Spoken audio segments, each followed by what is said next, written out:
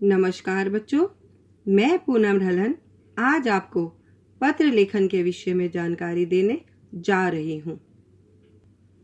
बच्चों, पत्र लेखन का हमारे जीवन में काफ़ी महत्व है, किंतु आजकल टेलीफोन, मोबाइल व कंप्यूटर के बढ़ते प्रयोग से पत्र लिखने का चलन कुछ कम हो गया है।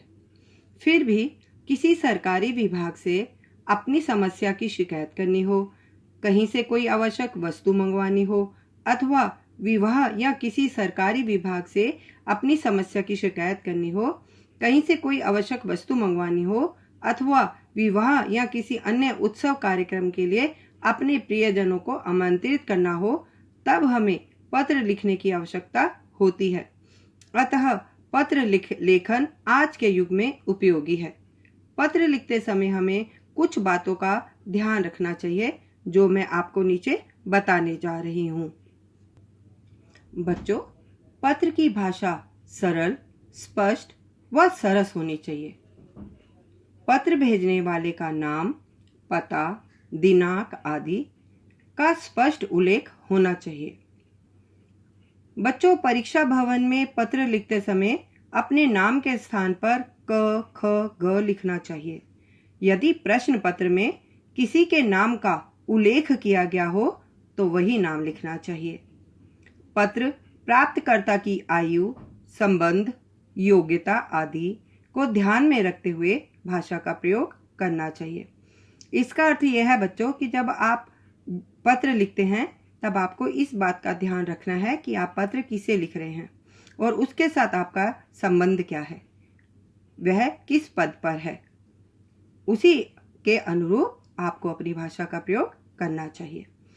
पत्र के अंत में लिखने वाले और प्राप्त करने वाले के संबंधों के अनुरूप शब्दावली का प्रयोग करना चाहिए। अर्थात अगर आप अपने किसी रिश्तेदार को पत्र लिख रहे हैं, मान लीजिए वो आपके दादाजी हैं, तब आप आदरणीय दादाजी चरण स्पर्श लिखेंगे और पत्र के अंत में आप उनके साथ अपना संबंध बताते हुए आपका लाडला पोता, आपका आज्ञाकारी पोता, इस प्रकार का शब्दावली का प्रयोग करेंगे। बच्चों, अब हम पत्र के प्रकार देखेंगे। पत्रों को दो वर्गों में विभक्त किया गया है। पहला औपचारिक पत्र और दूसरा अनौपचारिक पत्र। बच्चों, पहले मैं आपको अनौपचारिक या निजी पत्र के विषय में बताने जा रही हूँ। ये पत्र अपने निकट संबंधियों अथवा मित्रों को लिखे जाते हैं। इनमें निजी बातों का ब्यौरा अर्थात वर्णन होता है।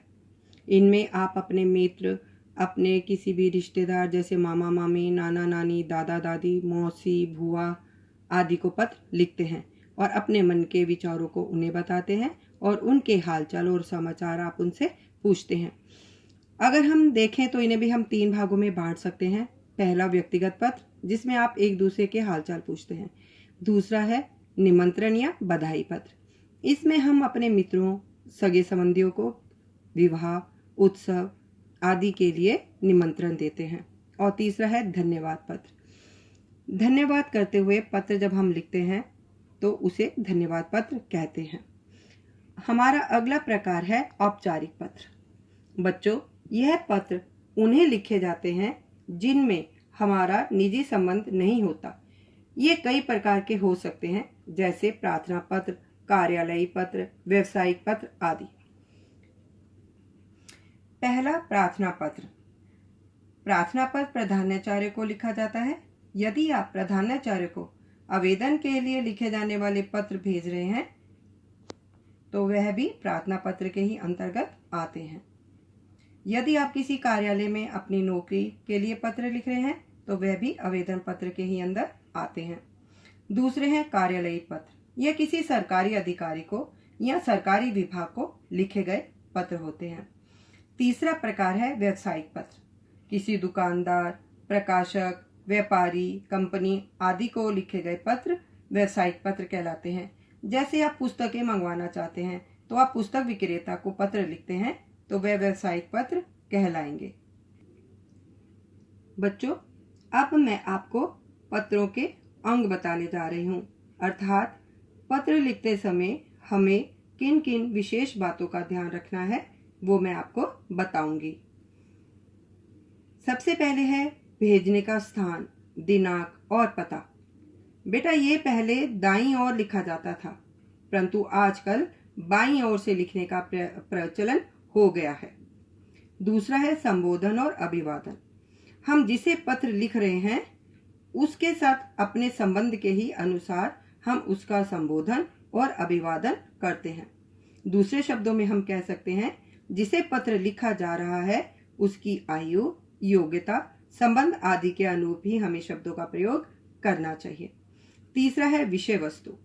पत्र के अंत में पत्र लेखक पाने वाले से अपने संबंध के अनुरूप शब्दावली का प्रयोग करता है तथा उसके नीचे हस्ताक्षर भी करता है। और अंत में है समापन। बेटा समापन करते समय हमें अपने मन की बात को एक बार प्रार्थना के स्वरूप या फिर विनती के स्वरूप लिखा जाता है और पत्र का समापन किया जाता है। बच्चों, अब मैं आपको अनौपचारिक पत्र का प्रारूप समझाने जा रही हूँ। यहाँ पर आप ध्यान से देखिए, आपके बाईं ओर 3 लाइनें दी गई हैं। यहाँ पे प्रेषक का यानी जिसको हम पत्र लिख रहे हैं उसका नाम और उसका पता आता है और फिर उसके नीचे दिनांक आएगी। उसके बाद आपका संबोधन, आपका उनके साथ क्या संबंध है वह आएगा। उसके बाद आप उनको उनके यथा योग्य अभिवादन करेंगे। उसके बाद नीचे वाली लाइन से आप अपने मन की बात को लिखना प्रारंभ करेंगे और अपनी सारी बात को एक अनुच्छेद में लिख देंगे। उसके बाद दूसरे अनुच्छेद में आप अतः लिखते हुए अपने मन की बात को दोबारा से विनती के स्वरूप लिखेंगे। उसके बाद सबसे नीचे आप पत्र का समापन करेंगे। आपका उनके साथ जो संबंध है आप उस संबंध का उल्लेख करेंगे और अपना नाम और पता लिखेंगे। बच्चों, अब हम औपचारिक पत्र का प्रारूप देखेंगे। मैं आज आपको प्रार्थना पत्र का प्रारूप समझा रही हूँ। यहाँ प्रधानाचार्य को लिखे जाने वाले पत्र का प्रारूप मैं आपको बता रही हूँ। आप अपने पत्र के बाईं ओर सबसे पहले ऊपर प्रधानाचार्य जी को संबोधित करते हुए प्रधानाचार्य जी लिखेंगे। उसके बाद विद्यालय का नाम, विद्यालय कहाँ पर है और वो कहाँ पर स्थित है उसका पूरा पता आप लिखेंगे और फिर दिनांक आएगी। उसके बाद आप महोदय, श्रीमान, आदरणीय महोदय आदि लिखेंगे। इस पत्र में जो विशेष बात है बेटा प्रार्थना पत्र में लिखने के लिए वो है विषय। जब भी हम कोई औपचारिक पत्र लिखते हैं तो उसमें विषय का एक खास महत्व होता है। विषय में हम बहुत ही कम शब्दों में अपने प्रार्थना, अपनी विनती या हम जो भी काम कराना चाहते हैं उसके विषय में लिखते हैं। उसके बाद महोदय, महोदया, श्रीमान जी लिखकर हम उनका संबोधन करेंगे। औपचारिक पत्रों में अभिवादन नहीं किया जाता है। उसके बाद आपकी जो भी प्रार्थना है वह आप लिखेंगे और उसके बाद एक अनुच्छेद खत्म होने के बाद आप दूसरे अनुच्छेद में अतः कहकर आप अपनी विनती को एक बार पुनः लिखेंगे और जल्दी से जल्दी उसे पूरा करने की प्रार्थना करेंगे। इसमें आप ये लिखना ना भूलें कि हम सदा आपके आभारी रहेंगे। उसके बाद आप लिखेंगे धन्यवाद, आपका आज्ञाकारी शिष्य, फिर आपका नाम, आपकी कक्षा, आपका अनुक्रमांक और एक बार दिनांक आप पुनः लिखेंगे। इस प्रकार बच्चों मैंने आपको पत्रों का लेखन कैसे किया जाता है इस विषय में जानकारी देने का प्रयास किया है।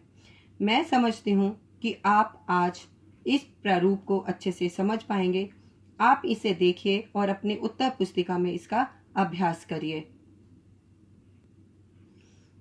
तो इस प्रकार आप लोग समझ गए होंगे कि पत्र लेखन क्या है और उनका हमारे जीवन में आज भी कितना महत्व है।